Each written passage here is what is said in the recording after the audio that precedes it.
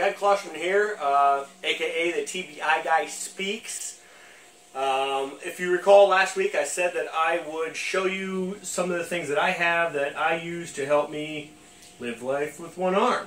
And I am going to show you how I make a peanut butter and jelly sandwich, which I do recall telling you part of that. So essentially what we have here is, this is a cutting board that has suction cups on the bottom. So you can put stuff in there, like a piece of bread, and you can smear your peanut butter or whatever on it without it going anywhere, and the board doesn't move. Well, it shouldn't. But anyways, what I also told you last week is how making a peanut butter and jelly sandwich is a pain in the butt because, well, the jar just likes to slide all over the place.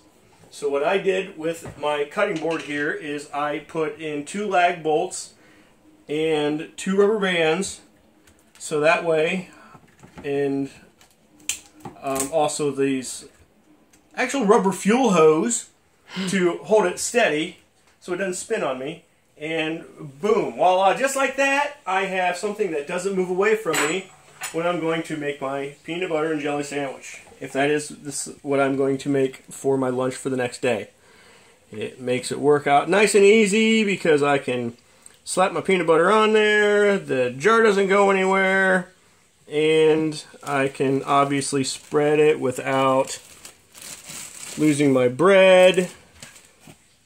Well, it moves a little bit, but that's okay because it's not that big of a deal. So, that being done, then it's just, once again, something simple. We take the jelly, we shake it up,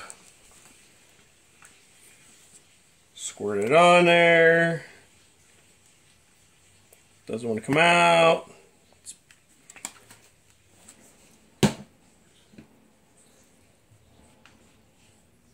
Spread it around and just, you know, just like making a regular sandwich, but it's having the tools to be able to do it without things being difficult and taking a lot of time.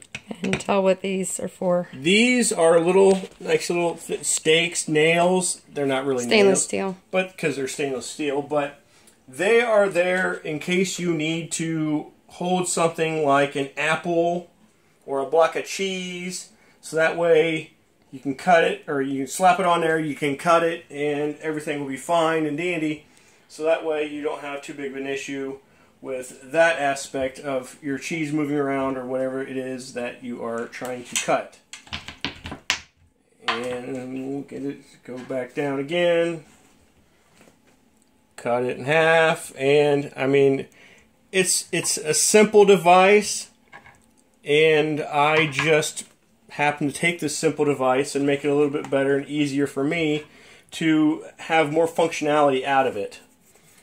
And just like that, I got my sandwich made, which normally would take me probably 3 times that length, because as I told you before, hey cool, we'll just leave that on there. Trying to get peanut butter out of here, it just doesn't work. And then having to hold it between your legs, which I have done that before, I'll be honest. It's just not real economical, and you got to worry about getting peanut butter on yourself. Been there, done that. And or dropping it on the floor. Been there, done that. You know, it's just one of those things. So this is a device that makes it a whole lot easier. And right after this, I'm going to post another video that's about, I don't know, a couple minutes long, showing you how I use this when I make scrambled eggs. I'll move it over to the stove. And my lovely assistant wife says I have to move it over to the stove to give you an idea. Oh, she's even pulling out the pan. Holy cow, look at that. She's awesome. Which, I mean, I don't know why we're doing this per se, because the next video it didn't show the setup. Oh, it didn't show. Okay, good enough. But as you can see, it doesn't move. And see, now I need a spatula. And next drawer. Right here, spatula.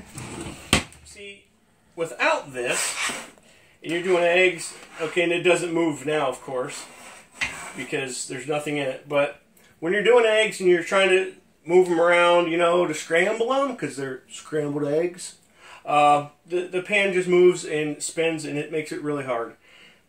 I made this to work this way, in which you can either stick it in this U-bowl here, and scramble your eggs or whatever it may be. I mean, there's more than just eggs. Like hamburger, when I'm frying up some hamburger to make tacos. And then, of course, another way to do it is to just stick it there on that bolt, which is just